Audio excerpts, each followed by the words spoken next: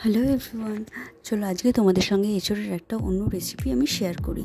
প্রথমেই দেখছি টুকরো টুকরো টুকরো করে কেটে রাখা এঁচোড় আর দুটো আলু আমি সেদ্ধ করে নিয়েছি, সেটা খুব ভালো করে স্ম্যাশ করে নিয়েছি। তারপরে ওতে আমি অ্যাড করছি বেসন, চালের গুঁড়ো, হলুদ, জিরে গুঁড়ো, একটু ধনে গুঁড়ো আর একটু নুন দিয়ে আর দিচ্ছি একটা পেস্ট করেছিলাম আদা রসুন কাঁচা লঙ্কার, সেটা দিয়ে দেবো। দিয়ে এবার এটা আমি মেখে একটা বড়ার আকার দেব।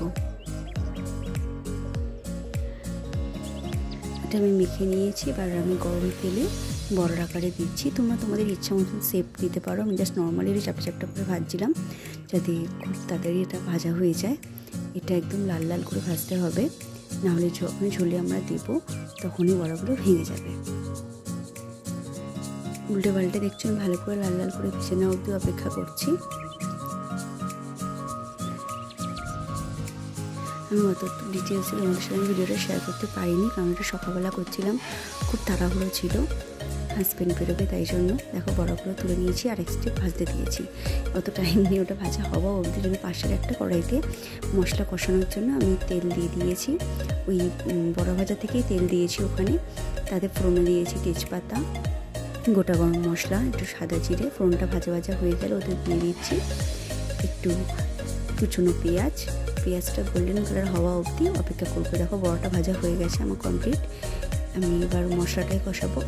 পেঁয়াজটা লাইট ব্রাউন কালার হয়ে গেছে। এবার আমি আদা, টমেটো, কাঁচা লঙ্কাটা পেস্ট করেছি সেটা দিয়ে দিলাম।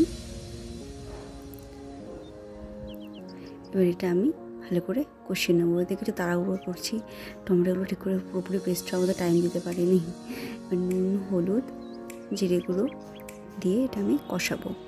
তোমরা চাইলে এতে একটু কাশ্মীরি রেড চিলি পাউডারটাও অ্যাড করতে পারো।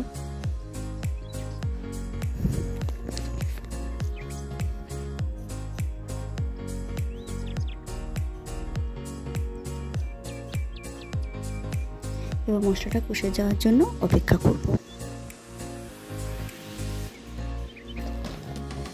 দেখো এখানে মশলাটা কষে গেছে, উপর দিয়ে তেল ছেড়ে দিয়েছে।